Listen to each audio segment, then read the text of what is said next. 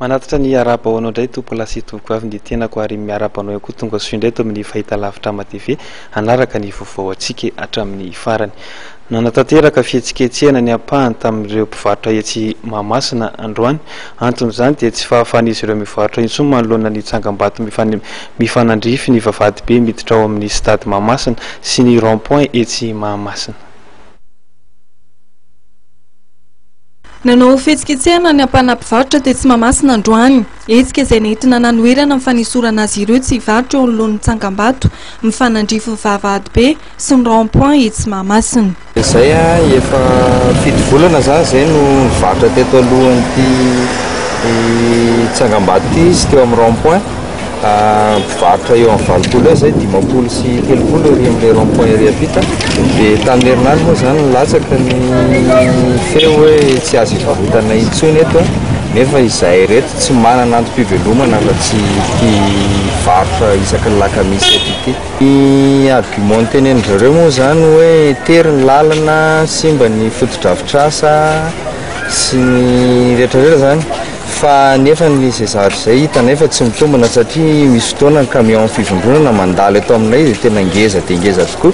Ary raha ny ery amin'ny rond-point ery ampita moa zany tsy mbola nisy fitohanana mihitsy zany teo tanatin'ny orana tsena fa le amin'ilay ora le hariva le efa mahabe mpandalo iny angamba le efa le zay rehefa mangorona amin'izay fotoana izay. Ary izay mpivarotra ireo raha mitandro manakarama olona mihitsy mba mikarakara manadio an'ilay zaridaina rehefa miala izay. Ary ny tianay marihana koa dia izay mpivarotra 20 isy io dia samy maloha aba tsara ara-dalàna daholo. Tsy naharitra ela nefa ny fihetsiketsehana, nisy mifampitoniana teo mivarotra sy ny tompon'andraikitra eo anivon'ny komuna Antananarivo renivohitra. Na dia nisy anefa izay dia ilaza mivarotra voakasiky ny fanesorana fa mbola natateraka hetsika indray ny talata ho avy izao.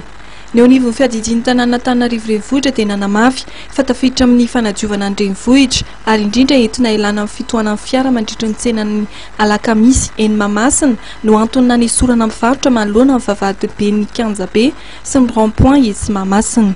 Ao anatin'ny fanadiovana ny tanàna Antananarivo io zany ny commune urbaine zao araka ny fandaminana napetraka ihany koa ny amin'ny tokony analalahana ny lalana mba hahafahan'ny olona mandeha ampilaminana. Mahakasika ihany koa ireo mpivarotra io dia mpivarotra voahaingana mipetraka teo e.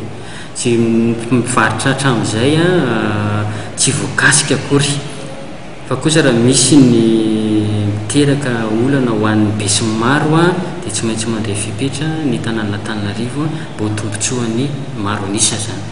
Raha ny fanazavana dia amin'ireo tsena goavana rehetra eto an-drenivohitra toa Andravoahangy, Anosy, Analakely, Potrara, Isotra, Soamanatombo, Petite Vitesse ary Namontana no anatanterahana fanadiovana entina nanalahana ny lalana.